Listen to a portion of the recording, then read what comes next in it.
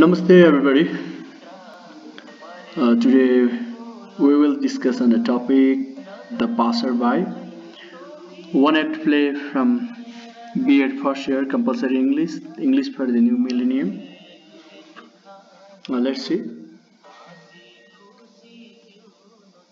The topic is passerby.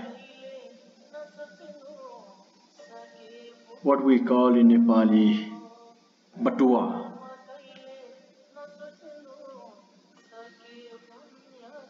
Only summary is given here. The Passerby is a short one-act play written by a Chinese writer Liu Sun, 1881 to 1960. There are only three characters in the play: an old man, a girl, and a passerby.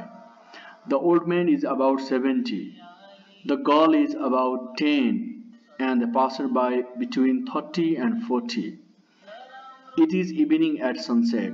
The action takes place in a desolate place near a hut somewhere in the village. The time is pre-revolution in China.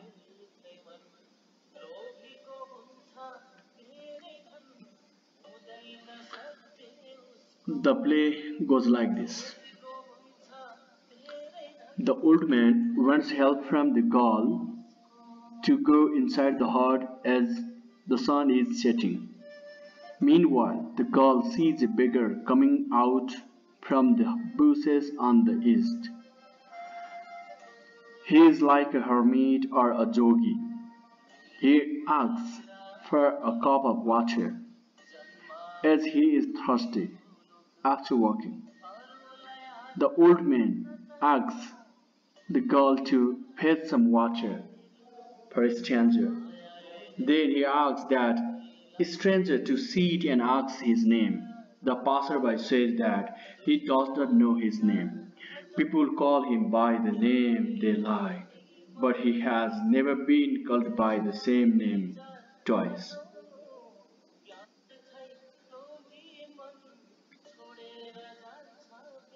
The old man asks where he is from. The passerby does not know where he came from. When the old man asks where he is going, the passerby replies, here B-O-Y, not B-O-Y, B-Y, replies he does not know his destination, ever since he has only been walking on his way to some place ahead. He only remembers that he has walked a long way. He does not know where he came from, nor does he know where he goes. He only knows he has been walking. There is no finale of his journey, only continuation. The girl brings a wooden cup of water and gives it to passerby. He drinks the water and thanks the girl for her kindness. Thanks the girl for her kindness. He feels much better after drinking water. Then he is ready to go ahead but does not know the destination.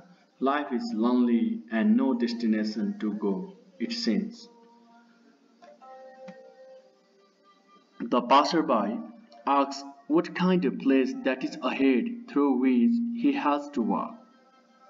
The old man says that there are graves ahead, but the girl says that there are ever so many wild roses and lilies. The passerby, looking west, agrees that there are wild roses and lilies, but those are graves. Again, he asks the old man what lies beyond the graveyard. But the old man does not know, as he has never been beyond the graveyard. The girl does not know either. The old man knows the south, the north, and the east, where the passerby comes from. Those are the places he knows the best, but he does not have any idea about the west. Probably there is graveyard, so he advises the passerby to go back. And if he keeps on, He may never reach the end of his journey, but he wants to go on. He does not want to go back because there are celebrities and landlords. There is wealth and luxury for them. There are impulsions and cages of all sorts for the poor. He does not like shame, smiles, and hypocritical tears. He does not want to live in the corrupted society where the poor people have to suffer from the rule of tyranny. So he does not want to go back to live with such people. The old man then advises the passerby to go, and the passerby says someone's voice is calling him, and he promises to continue his journey, maybe to avoid the wicked world. His feet are wounded with blood through walking. He cannot rest because the voice ahead is telling him to go on. It is a pity that his feet are in such a bad condition. When he prepares to leave, the girl gives him a piece of cloth to bandage his bleeding feet. The passerby sits down and tries to bind the cloth around his ankle, but it is not enough for a bandage. He returns it back to the girl with thanks for such kindness.